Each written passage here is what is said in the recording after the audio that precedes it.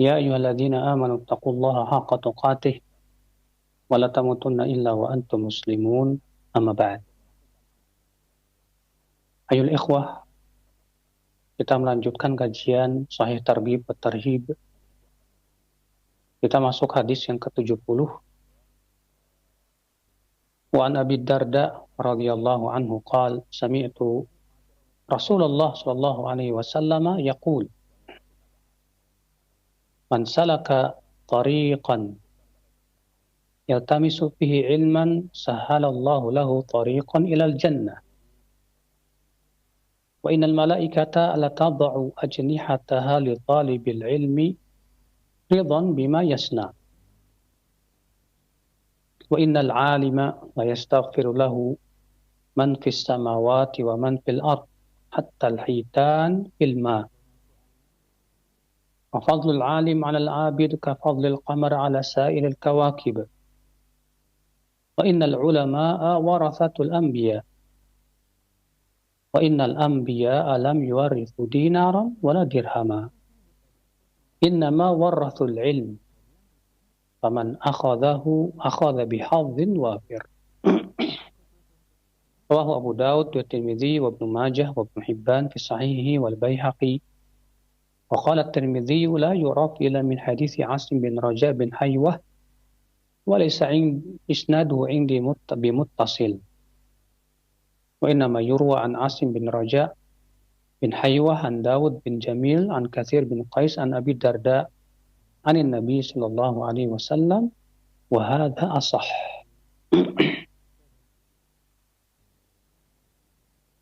Dari Abu Darda, semoga Allah meridainya, aku mendengar Rasulullah sallallahu alaihi wasallam bersabda,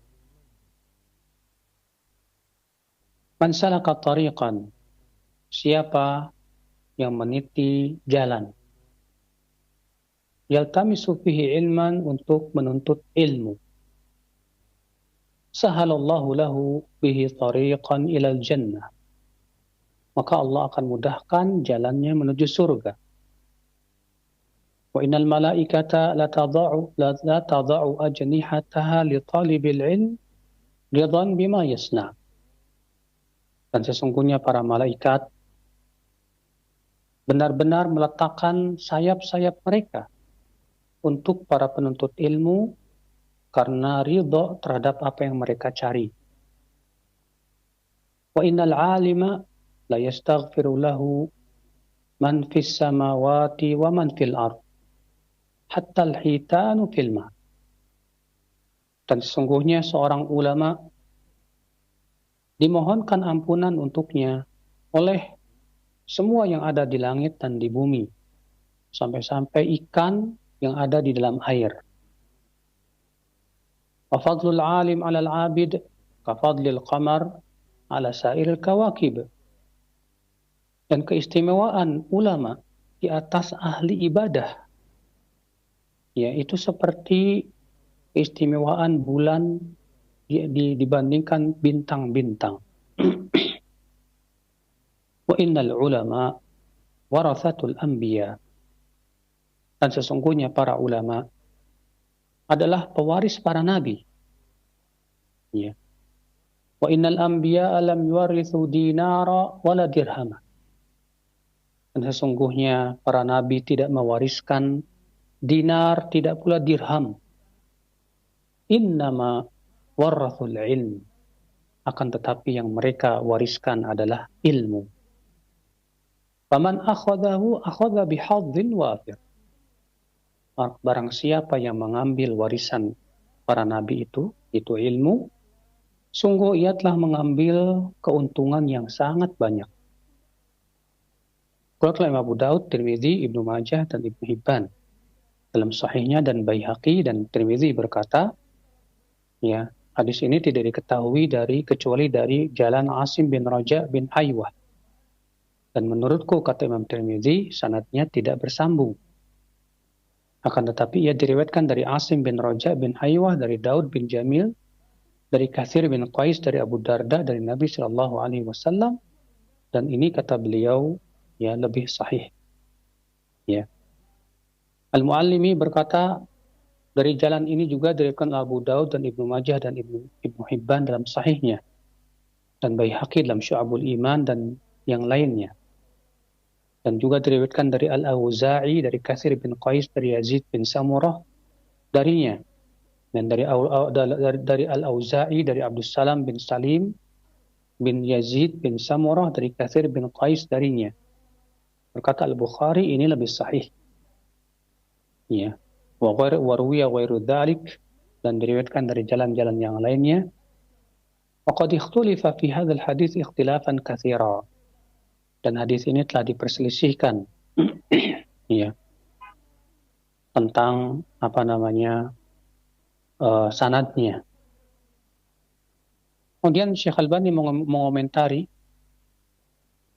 qad dzakara al-khilaf aidan al-Hafidz Ibnu Abdul Bar fi Jami' Bayanil Ilm. Ibnu Abdul Bar juga menyebutkan tentang perselisihan para ulama mengenai sanad hadis ini dalam kitab beliau Jami' Bayanil Ilmi wa Fadlih wa atala fihi, dan beliau menyebutkan secara panjang lebar. Dan poros hadis ini, kata beliau, wa madarul hadis ala Daud bin Jamil an Katsir bin Qais. Ya, poros hadis ini terhadap ada pada dua perawi, itu Daud bin Jamil dan Katsir bin Qais, dan dua perawi ini majhul. Namun kata beliau, Abu Daud meriwayatkan dari jalan lain dari Abu Darda dengan sanad yang hasan.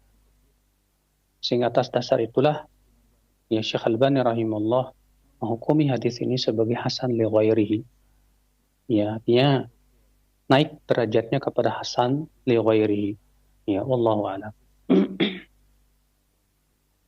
Ikhwatul Islam azani Allah wa iyyakum. Hadis ini kita ambil faidah yang pertama, bahwa orang yang menuntut ilmu Allah Subhanahu wa taala, maka Allah akan mudahkan jalannya menuju surga. Rasulullah SAW mengatakan, man salaka tariqan yaltamisu fihi ilman sahalallahu bihi tariqan ilal jannah. Barang siapa yang meniti jalan untuk menuntut ilmu, ya, Allah akan mudahkan jalannya ke surga. Para ulama semua bersepakat bahwa ilmu yang dimaksud di dalam hadis ini adalah ilmu Allah, ilmu agama. Ya. Oleh karena itulah saudaraku seiman, berarti kewajiban kita kalau ingin dimudahkan jalan kita menuju surga, kita semua wajib menuntut ilmu Allah Subhanahu wa taala, ilmu din. Ya, karena Allah pemilik surga, Allah juga pemilik neraka. Dan jalan menuju surga itu hanya Allah yang Maha tahu, yang mengetahuinya. Dan Allah dengan kasih sayangnya kepada hamba-hambanya, maka Allah memberitahu kepada manusia tentang jalan menuju surga itu. Maka Allah pasti sampaikan melalui lisan Rasulnya berupa wahyu apa saja jalan menuju surga, apa saja jalan yang memudahkan kita menuju surga. Berarti kewajiban kita saudaraku seiman adalah berusaha sekuat tenaga ya untuk terus menggali ilmu Allah, mempelajari Al-Quran, mempelajari hadis-hadis Nabi Shallallahu Alaihi Wasallam. Dengan cara itulah Allah akan mudahkan jalan kita ke surga, saudaraku. Ya, berbeda dengan orang yang tidak mau mempelajari Al-Quran, tidak mau mempelajari hadis. Mereka lebih bangga mempelajari ilmu-ilmu dunia. Mereka lebih bangga belajar ilmu matematika, fisika, biologi, ya, kimia dan yang lainnya. Maka apakah ilmu itu akan membimbing kita ke surga? Tidak. Berapa banyak orang-orang kafirin yang mereka piawai, bahkan mahir dalam ilmu-ilmu itu. Ya. Namun tidak membuat mereka beriman kepada Allah. Berapa banyak orang-orang kafir kepada Allah yang jago matematika, jago kimia, mahir dalam ilmu-ilmu biologi, kedokteran, dan yang lainnya. Tapi tidak membuat mereka beriman kepada Allah. Makanya hanya ilmu agama yang membuat kita mudah insya Allah jalan kita menuju surga Allah Jalla wa'ala. kita mempelajari Al-Quran yang Allah turunkan, kita mempelajari hadis Nabi Shallallahu Alaihi Wasallam. Nah, inilah jalan kita ke surga ya. Ya. Kemudian faedah yang kedua yang bisa kita petik dari hadis ini, akhi, hadis ini menunjukkan bahwa keutamaan para penuntut ilmu, di mana para malaikat meletakkan sayap-sayap mereka untuk para penuntut ilmu karena ridho terhadap apa yang mereka cari. Subhanallah. Ya. Rasulullah SAW sabda, wa innal malaikata la tada'u ajnihataha fi talibil ilmi ridhan bima yasna. Sesungguhnya para malaikat benar-benar meletakkan sayap-sayap mereka untuk para penuntut ilmu. Kenapa? Karena mereka ridho terhadap apa yang mereka lakukan, yang mereka cari, berupa ilmu Allah Subhanahu wa Ta'ala. Ini menunjukkan keistimewaan menuntut ilmu agama ya. Sampai-sampai para malaikat ridho. Ya. Bahkan para malaikat meletakkan sayap-sayap mereka. Dan para malaikat sudah, sebagaimana kita ketahui, mereka memiliki sayap-sayap. Sebagaimana Allah berfirman, Alhamdulillahi fatiris samawati wal ard, ja'ilil malaikati rusula, uli ajnihatin mathna wa thulatha wa ruba' yazidu fil khalqi ma yasha'. Segala puji bagi Allah yang telah menciptakan langit dan bumi dan telah menjadikan para malaikat sebagai utusan-utusan. Mereka memiliki sayap, ada yang 2, 3, 4. Dan Allah tambahkan kepada siapa yang Allah kehendaki. Para malaikat ya akhi, karena saking menghormati para penuntut ilmu. Dan mereka mencintai para penuntut ilmu, mereka letakkan sayap-sayap mereka untuk menghormati para penuntut ilmu Allah. Subhanallah. Adakah keutamaan yang agung? Sampai-sampai makhluk-makhluk yang mulia itu. Para malaikat makhluk yang sangat mulia. Sampai-sampai mereka meletakkan sayap mereka untuk para penuntut ilmu. Subhanallah. Apalagi keistimewaan para penuntut ilmu dan orang-orang yang berilmu ya akhi. Ini faedah yang ketiga. Di sini menunjukkan akan keistimewaan para ulama. Orang-orang yang berilmu tentang ilmu Allah. Rasulullah SAW bersabda, wa innal alim la yastaghfiru lahu man fis samawati wa man fil ardi hatta al-hitanu fil ma. Sesungguhnya seorang ulama dimohonkan ampunan oleh semua yang ada di langit dan di bumi sampai-sampai ikan yang ada di air. Allahu Akbar. Bayangkan akhi, para ulama yang mengajarkan ilmu kepada manusia. Para ulama yang benar-benar mereka menguasai Al-Quran dan hadis dan ilmu-ilmu alat yang lainnya. Di mana tugas mereka membimbing manusia kepada kebaikan. Tugas mereka agung, saudaraku. Memahamkan kepada manusia tentang kitabullah dan sunnah Rasulullah SAW. Tugas mereka agung ya akhi, membela syariat Allah Subhanahu wa Ta'ala. Tugas mereka agung ya akhi dan berat sekali. Karena banyak manusia tidak suka kepada para ulama. Sungguh indah pengaruh ulama terhadap manusia. Tapi sungguh buruk sikap manusia kepada para ulama. Iya. Ya akhi, para ulama mereka berusaha sekuat tenaga mereka agar manusia diberikan hidayah oleh Allah. Para ulama berusaha sekuat tenaga mereka agar manusia selamat dari api neraka. Agar manusia masuk ke dalam surga Allah Jalla wa'ala. Para ulama dengan keilmuan yang Allah berikan kepada mereka berusaha sekuat tenaga untuk menghidupkan kembali hati-hati yang telah mati. Untuk menjadikan mata yang telah buta itu melihat kembali. Telinga yang telah tidak bisa mendengar kebenaran itu berusaha supaya dia bisa mendengarnya kembali. Ya, maka tidak aneh Kalau para ulama didoakan, akhi, oleh semua yang ada di langit dan di bumi ini. Sampai-sampai ikan yang ada di lautan, wallah.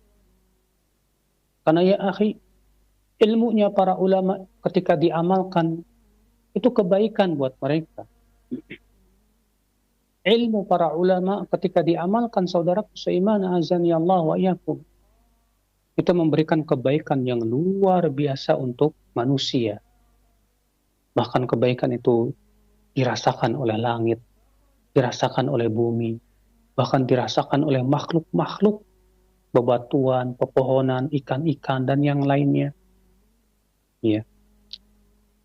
Ibnu Abbas ketika menafsirkan firman Allah Subhanahu wa taala, di mana Allah taala berfirman, "Fama bakat 'alaihimus sama' wal ard."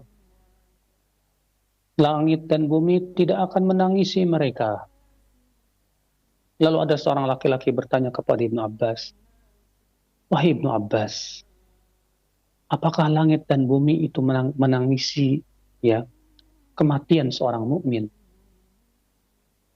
Kata Ibnu Abbas, iya. Iya. Tidak ada seorang pun mukmin kecuali ia memiliki pintu di langit sana, di mana dari langit, dari pintu tersebut turunlah rezeki dia dan naiklah amalan soleh dia. Ketika si mukmin meninggal dunia, maka tidak lagi ada amalan yang soleh yang naik ke pintu itu. Nangislah langit itu. Bumi pun kehilangan tempat ibadah dia. Menangislah bumi itu. Ya. Subhanallah, seorang mukmin beramal saleh ternyata menguntungkan langit, menguntungkan bumi. Dan tidak mungkin amal saleh bisa kita lakukan tanpa ilmu, akhi. Seseorang bisa beramal saleh ketika ia mendapatkan bimbingan para ulama. Bagaimana beramal dengan cara yang baik, cara yang benar. Ya. Maka para ulama menuntun manusia kepada maslahat yang besar. Ya, para ulama-ulama yang rabbaniyin, bukan ulama-ulama su'i ya. Ulama-ulama rabbaniyin membimbing manusia kepada kebaikan, kepada kemaslahatan, dan menghindarkan manusia dari berbagai macam kemudaratan yang bisa membinasakan kehidupan mereka.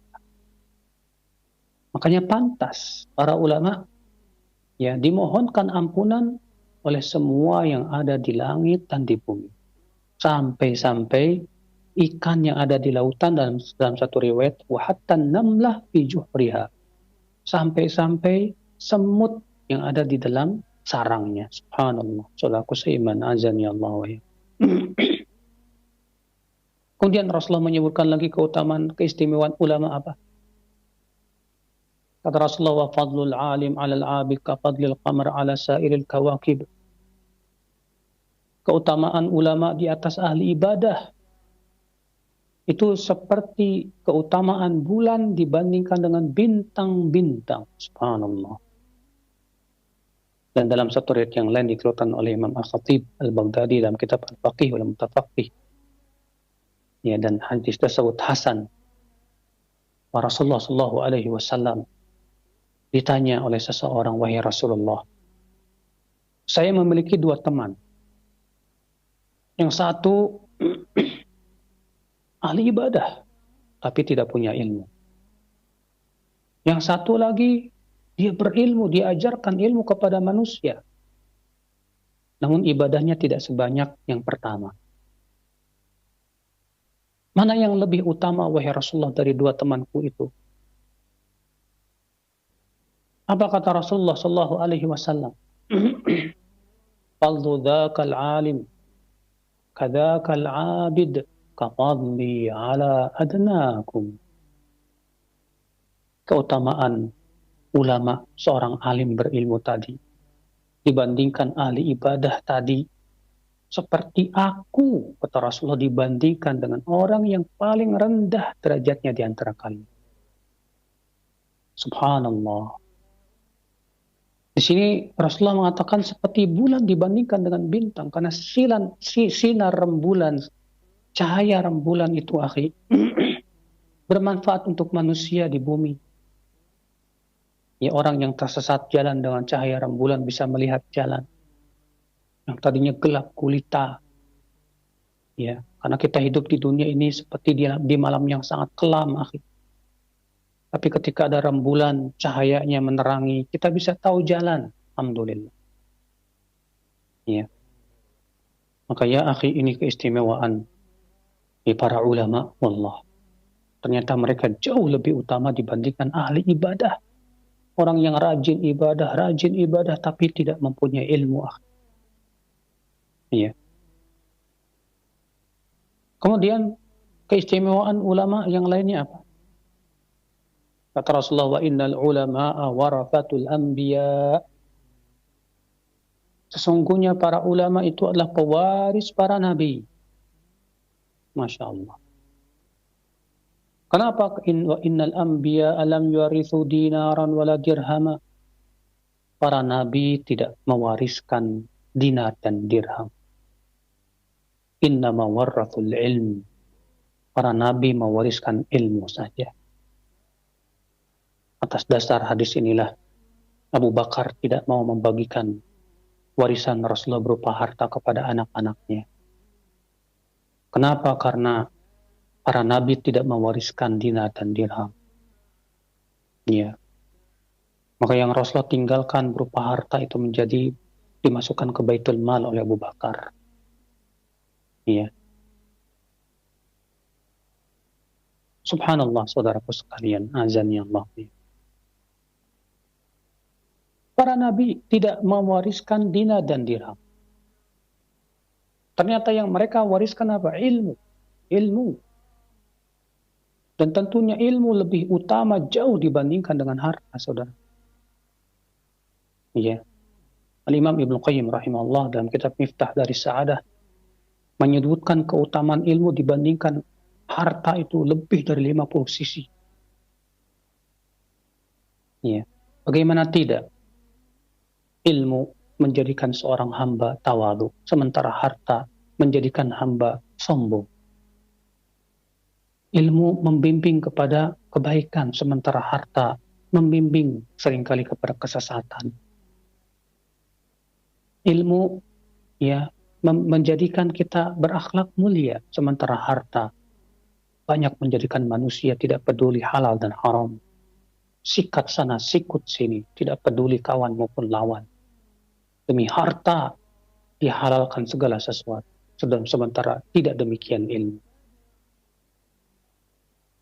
Ilmu ya akhal Islam, azani Allah wa yakum, menunjukkan kita jalan menuju surga. Sementara harta seringkali menghalang-halangi kita dari jalan menuju surga itu. Iya, orang kebanyakan semakin banyak ilmu seseorang, semakin dia bermanfaat untuk hidupnya. Semakin dia merunduk bagaikan padi. Sementara orang semakin banyak hartanya, semakin dia lupa kepada Allah. Semakin dia sombong kepada manusia, bahkan bersombong kepada Allah Subhanahu wa ta'ala. Oleh karena itu para nabi tidak mewariskan harta, kata Rasulullah. Yang mereka wariskan sesuatu yang lebih agung daripada harta. Apa itu? Ilmu. Berarti, akhi, yang paling pantas disebut pewaris para nabi siapa? Para ulama. Karena mereka lah yang paling banyak mendapatkan warisan Rasulullah SAW itu. Itu berupa ilmu. Maka kata Rasulullah, "Faman akhadahu akhadha bihadzin wafir." Ya, barang siapa yang mengambil ilmu yang merupakan warisan Rasulullah, sungguh ia telah mengambil keuntungan yang sangat banyak sekali. Ya akhi, kalau kita berebut untuk mendapatkan warisan dari ayah kita, kita semangat untuk mendapatkan warisan dari ayah kita berupa harta. Tapi kenapa kita tidak semangat untuk mengambil warisan Rasulullah SAW yang luhur? Seharusnya kita lebih semangat, akhi, kepada warisan Rasulullah SAW itu. Harusnya kita lebih semangat, ya akhi.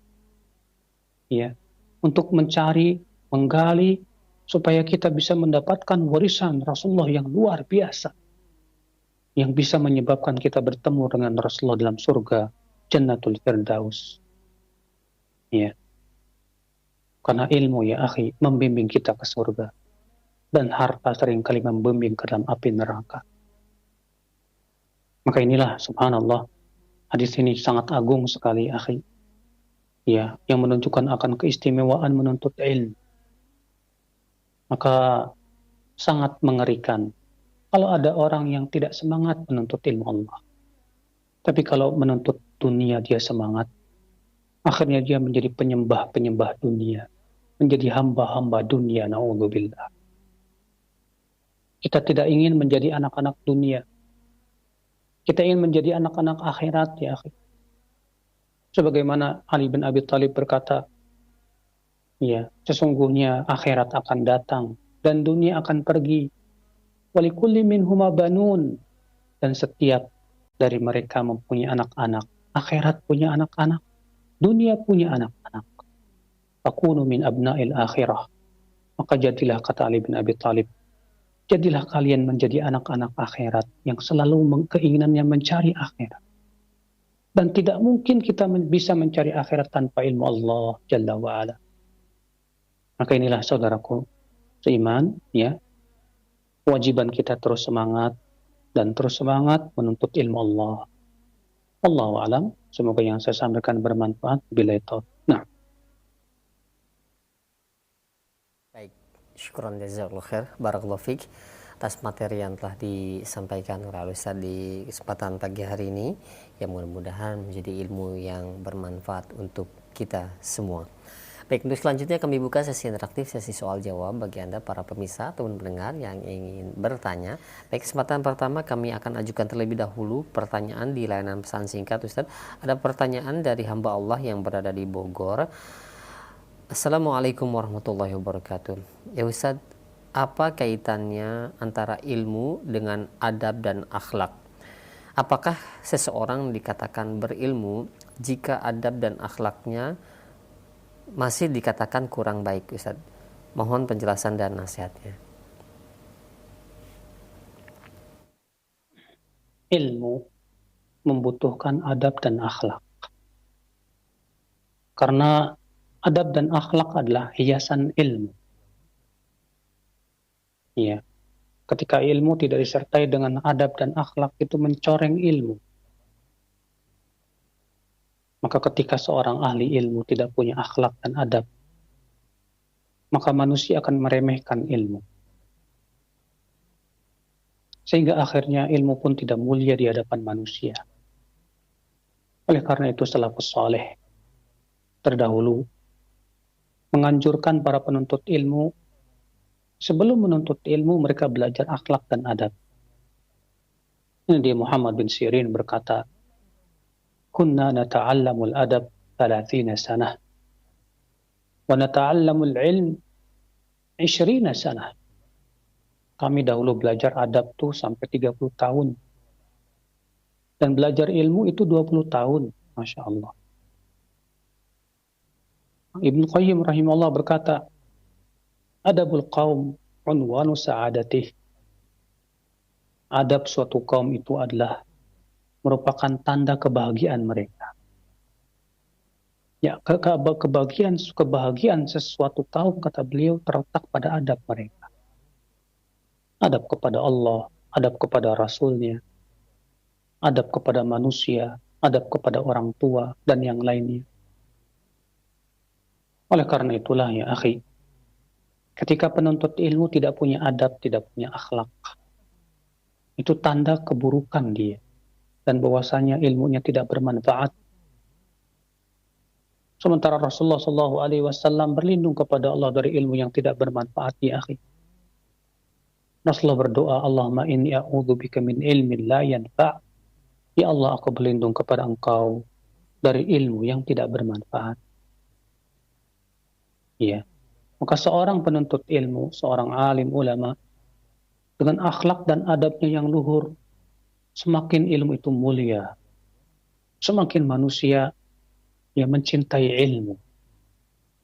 Tapi ketika penuntut ilmu tidak punya adab, tidak punya akhlak, ya, buruk lisannya, kalau ngomong itu nyakitin hati, ya buruk ya akal Islam tingkah lakunya, sehingga pada waktu itu manusia akan memandang mereka sebagai sesuatu yang hina. Kalau itu oleh manusia, apalagi di mata Allah Subhanahu wa taala. Oleh karena itulah saudaraku, Rasulullah SAW menganggap bahwa mukmin yang paling sempurna itu yang paling bagus akhlaknya. Rasulullah bersabda, "Akmalul mu'minina imanan, ahasinuhum khuluqa." Mukmin yang paling sempurna imannya adalah yang paling bagus akhlaknya. Bahkan Rasulullah menjamin dengan surga yang paling tinggi bagi orang yang bagus akhlaknya. Rasulullah bersabda dalam riwayat Abu Daud, "Ana za'im bi baitin fi 'alal jannah liman hasuna khuluquhu." Aku menjamin dengan rumah di surga yang paling tinggi bagi mereka yang bagus akhlak. Bahkan Rasulullah mengabarkan bahwa akhlak yang baik itu adalah amal yang paling berat timbangannya di mata Allah. Ya, Rasulullah bersabda, "Laisa syai'un athqalu fil mizani indallahi yaumil qiyamah min husnil khuluq." Tidak ada sesuatu yang paling berat ya timbangannya pada hari kiamat di sisi Allah dari akhlak yang mulia. Masya Allah. Demikian, Allahu a'lam. Nah, baik, syukran jazakallahu khair atas jawaban Ustaz. Demikian untuk penanya hamba Allah yang berada di Bogor. Dan selanjutnya yang kedua masih kami ajukan pertanyaan di layanan pesan singkat Ustaz. Ada pertanyaan, ya Ustaz, apakah yang disebut majelis ilmu yang didoakan oleh para malaikat itu hanya yang di masjid saja atau suatu kajian yang dilakukan secara tatap muka secara langsung? Apakah kita juga menyimak kajian di televisi atau di radio juga masuk ke dalam majelis ilmu yang didoakan oleh para malaikat Ustaz? Mohon penjelasannya. Disebut majelis artinya tempat duduk. Majelis ilmu artinya tempat orang-orang duduk untuk mendengarkan ilmu. Maka mereka yang duduk di hadapan TV untuk menyerap ilmu dan mendengarkan disebut majelis ilmu. Mereka yang duduk di hadapan Zoom, apalagi di zaman sekarang, di masa pandemi seperti ini, kajian offline masih belum diizinkan oleh pemerintah. Maka tidak ragu lagi itu masuk dalam kategori majelis ilmu. Itu majelis-majelis yang dihadiri oleh para malaikat. Majelis-majelis yang sangat disukai oleh para malaikat. Majelis-majelis yang disebutkan oleh Rasulullah SAW. Para malaikat akan mengelilingi mereka, akan turun rahmat kepada mereka, turun ketenangan juga. Dan Allah akan sebutkan mereka di hadapan para malaikatnya dengan dibangga-banggakan. Masya Allah. Allahu a'lam. Nah, baik, syukran jazakallahu khair atas jawaban Ustaz. Demikian untuk beberapa pertanyaan senada dari yang kami ajukan, yang mudah-mudahan menyimak dari para penanya. Dan selanjutnya kami berikan kesempatan untuk Anda di layanan telepon. Silakan. Assalamualaikum warahmatullahi wabarakatuh. Waalaikumsalam warahmatullahi wabarakatuh. Dengan siapa, di mana? Dengan Yusuf di Goronta. Nah, silakan Pak. Iya, Ahsan, terima kasih. Ustadz Afwan agak sedikit keluar dari tema. Di sini kalau ada orang yang memimpin sholat, itu terkadang imamnya tidak mengeraskan amin. Sementara kita harus mengikuti imam sampai kata-kata amin. Nah, bagaimana sikap kita sebagai makmum Ustadz? Barakallahu fikum wa jazakallahu khairan. Assalamualaikum warahmatullahi wabarakatuh. Assalamualaikum warahmatullahi wabarakatuh. Nah, Ustadz bagaimana? Imam yang tidak mengeraskan amin tidak sesuai dengan sunnah Rasul Sallallahu Alaihi Wasallam. Karena dalam hadis-hadis disebutkan bahwa Rasulullah SAW mengucapkan amin dan mengeraskannya, madda bihi sautah, sampai Rasulullah memanjangkannya, amin. Yang kedua, seorang makmum tidak boleh mendahului ucapan aminnya, a-nya dari kata a. Syekh Al-Albani rahimahullah berkata, hendaknya seorang makmum biarkan imam mendahului kita mengatakan a. Ketika imam mengatakan A, baru kita iringi dengan A. Mengapa demikian? Kata beliau, karena supaya tidak mendahului imam. Sementara mendahului imam itu adalah dosa, tidak diperbolehkan. Maka ketika imam berkata amin, maka ketika beliau sudah mengucapkan A, segera kita ikuti amin. Iya. Karena Nabi Shallallahu Alaihi Wasallam sabda, Innama ju'ilal imamu liyutamma bih. Sesungguhnya imam itu dijadikan untuk diikuti. Ya. Maka kalau imam tidak mengeraskan aminnya, bagaimana kita akan bisa mengikuti ya perintah Rasul untuk menjadikan imam sebagai ya panduan kita? Maka segera kita ingatkan imam itu setelah sholat, Pak Imam, maaf, tadi kok suara aminnya tidak kedengaran. Ya, sementara kita dilarang untuk mendahului imam. Sementara kita tidak tahu Pak Imam sudah baca atau belum amin, saya nggak tahu. Jadi gimana nih? Tapi kalau Pak Imam mengeraskan, kami tahu bahwa Pak Imam sudah mengucapkan A, maka kami pun akan ikuti dengan ucapan A. Ya, demikian wallahu a'lam. Nah. Ya, baik, syukron jazakallahu khair atas jawaban Ustaz. Demikian untuk Bapak Yusuf di Gorontalo, dan selanjutnya kami ajukan kembali pertanyaan di layanan pesan singkat. Assalamualaikum warahmatullahi wabarakatuh. Ya Ustadz, di masa pandemi ini hampir tidak ada kajian dilangsungkan secara tatap muka. Banyak muncul kajian secara online dan banyak pula ustadz-ustadz baru yang muncul, yang tentunya ini menjadi PR juga, terutama bagi kita orang awam, bagaimana cara mengetahui seseorang itu layak diambil ilmunya, karena dari penampilan dan penyampaian itu hampir mirip Ustadz. Nah, mohon kriteria seseorang yang kita ambil ilmunya, terutama di zaman sekarang ini Ustadz. Saudaraku, apabila kita ingin tahu apakah ia seorang dokter yang ahli atau bukan, apa yang kita lakukan? Sementara kita bukan dokter. Bagaimana caranya bagaimana cara yang cepat untuk bisa tahu bahwa dia seorang dokter yang ahli? Sementara kita bukan dokter. Maka cara yang cepat adalah kita bertanya kepada dokter ahli yang kita kenal. Bagaimana kita mengetahui seorang ahli arsitek, sementara kita bukan arsitek dan tidak paham ilmu arsitek? Kita ingin tahu bahwa dia seorang arsitek yang ahli. Tentu cara yang paling cepat adalah bertanya kepada ahli arsitek yang kita kenal. Ya, kalau kita ingin mengetahui seorang ahli bangunan yang ahli, sementara kita bukan ahli bangunan dan tidak paham ilmu tentang bangunan. Bagaimana kita mengetahui kalau dia seorang ahli?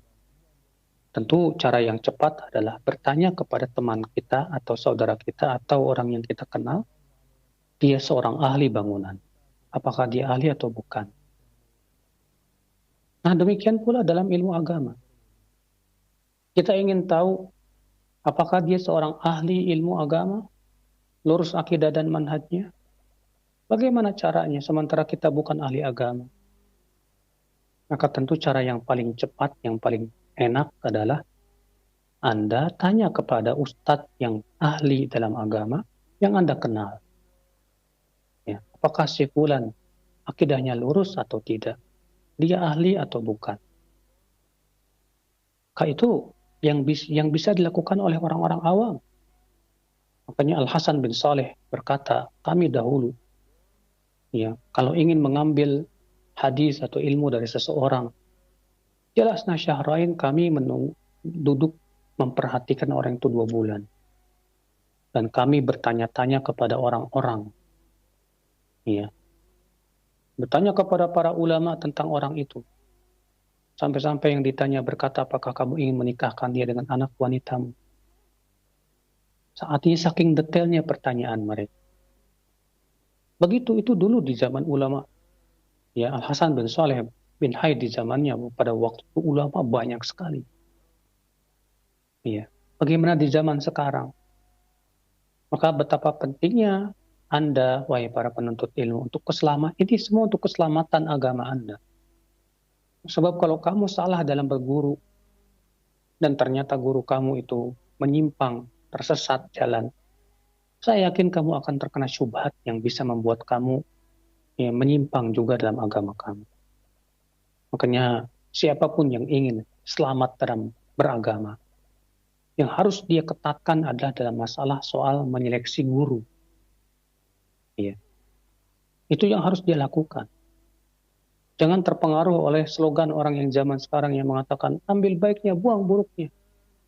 Kita katakan ambil baiknya, buang buruk itu bagi mereka yang punya keilmuan yang cukup untuk mengetahui mana baik, mana buruk. Adapun Anda yang pemula belum tahu mana yang baik dan buruk dan tidak bisa membedakan, kaidah ini tidak tepat untuk Anda lakukan. Lakukan seperti para ulama terdahulu. Karena keselamatan agama itu segala-galanya, saudaraku.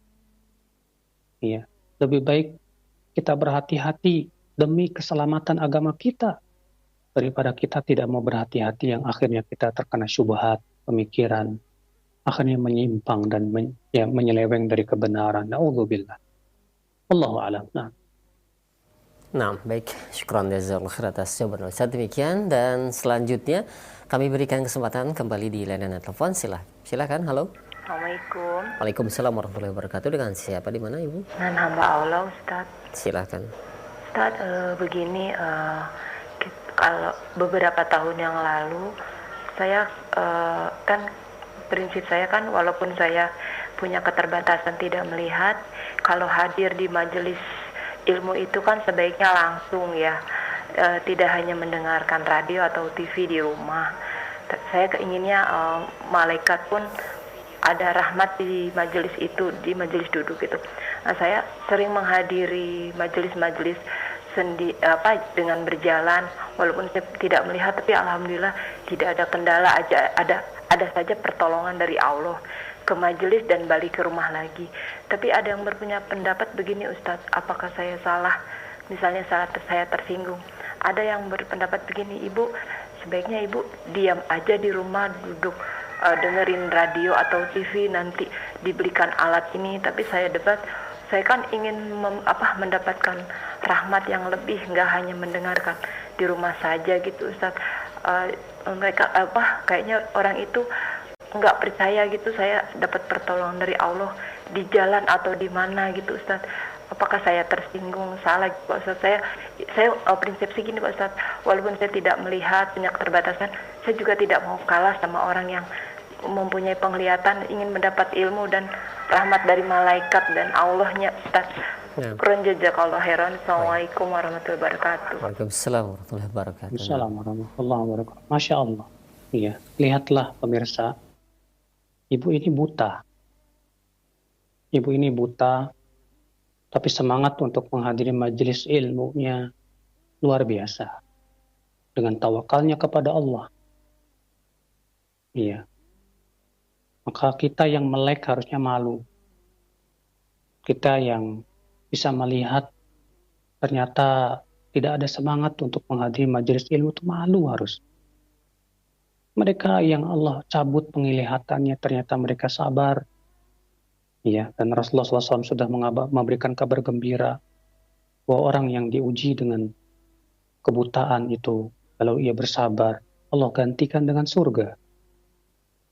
Dan ternyata, Masya Allah, ibu yang bertanya tadi bukan hanya buta dan sabar, tapi juga tetap semangat yang luar biasa untuk hadir di majelis ilmu. Wallahi, kita yang melek jadi malu harusnya. Iya. Maka sungguh ibu, yang ibu lakukan adalah luar biasa. Ini menunjukkan akan semangat ibu dan taufik yang Allah berikan kepada ibu. Adapun ucapan mereka menyuruh ibu untuk tinggal di rumah saja, Ya, kalau memang ini sekarang di zaman masa-masa pandemi, ya udah. Tapi kalau sudah selesai pandeminya, alhamdulillah, dan majlis ta'lim sudah dibuka kembali, sungguh keutamaan yang besar sekali buat ibu untuk menghadiri majlis-majlis ta'lim secara langsung. Walaupun ibu termasuk orang yang diberikan uzur, ya seperti halnya Ibnu Maktum yang buta di zaman Rasulullah SAW. Padahal Ibnu Umi Maktum buta, dan orang buta, ya diberikan uzur untuk tidak datang ke masjid.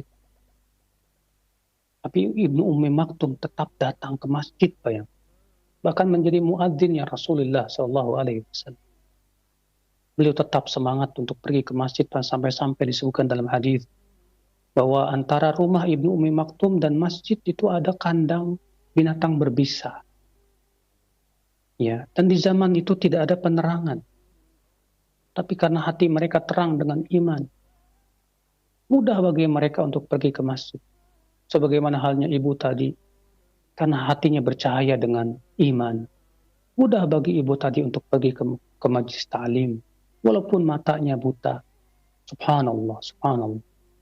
Ini menjadi cambuk buat kita yang melek. Ya. Seharusnya kita lebih semangat lagi mensyukuri nikmat Allah, di mana Allah berikan kepada kita mata untuk bisa membaca, menulis, dan yang lainnya. Ya, semoga Allah memberikan kepada ibu tadi yang bertanya, ya terus istiqomah, kekuatan, kesabaran, dan terus ya diberikan oleh Allah Subhanahu wa taala taufiknya, inayahnya, pertolongannya. Amin ya rabbal alamin. Nah, baik. Syukran jazakallahu khair atas jawaban Ustaz. Demikian. Dan selanjutnya kami ajukan pertanyaan kembali di layanan pesan singkat. Assalamualaikum warahmatullahi wabarakatuh. Ya Ustadz, bagaimanakah jika kita mendapati seorang guru atau pendidik di sekolah umum yang dia sangat ringan tangan sekali untuk memukul dan menampar siswa? Apakah seorang pendidik atau guru berhak untuk melakukan hal tersebut? Dan bolehkah seorang anak yang terkena kekerasan fisik tersebut untuk melawan kepada guru yang suka ringan tangan tersebut, Ustaz? Pertama, guru yang ringan tangan adalah guru yang tidak mengikuti Rasulullah SAW. Anda sebagai seorang guru, jadilah seperti Rasulullah. Sebagai seorang guru, apakah Rasulullah ringan tangan, mudah memukul murid? Tidak. Iya. Memang betul Rasulullah mengizinkan memukul anak kalau sudah umur 10 tahun. Tapi itu pun juga bukan untuk pukulan ya kekesalan, bukan. Bukan pukulan untuk menumpahkan kemarahan, bukan. Tapi pukulan kasih sayang dan pukulan pendidikan agar si anak ini sadar akan kesalahannya, agar si anak ini tidak lalai. Adapun kemudian ya dipukul sampai memar, lembab, ya sampai berdarah dan yang lainnya, wallahi ini kejahatan. Tidak layak guru seperti itu untuk dipertahankan. Ya. Seorang guru harusnya bertakwa kepada Allah. Jangan menzalimi murid-murid. Jadilah seorang guru yang penuh kasih sayang. Lihat Rasulullah SAW. Allah menyifati Rasulullah bagaimana sayangnya kepada murid, kepada umatnya. Allah berfirman, "Laqad ja'akum rasulun min anfusikum azizun 'alaihi ma 'anittum, harisun 'alaikum bil mu'minina raufur rahim." Allah menyebutkan itu, bil mu'minina raufur rahim. Kepada kaum mukminin mereka Rasulullah itu rauf dan rahim, Masya Allah, lembut dan kasih sayang. Ya, memang betul Rasulullah pernah memukul sebagian sahabat, tapi itu adalah pukulan kasih sayang yang tidak membuat sahabat itu memar dan yang lain, tidak. Bahkan ya Rasulullah SAW, ya akhal Islam azani Allah wa iyyakum, pernah mengatakan, siapa yang pernah aku pukul, silahkan dikisos sekarang. Ya. Masya Allah. Luar biasa pendidikan Rasulullah SAW. Luar biasa beliau sebagai seorang guru. Sekarang coba kamu, wahai guru yang suka mukul itu. Apakah dengan cara mukul itu ada manfaat? Allah nggak ada manfaatnya. Seringkali tidak ada manfaatnya. Ya akhi, murid tidak akan pernah melupakan guru yang pernah memukul dirinya selama-lamanya. Saya masih ingat sampai sekarang guru yang pernah mukul saya waktu SD dan SMP. Itu masih teringat.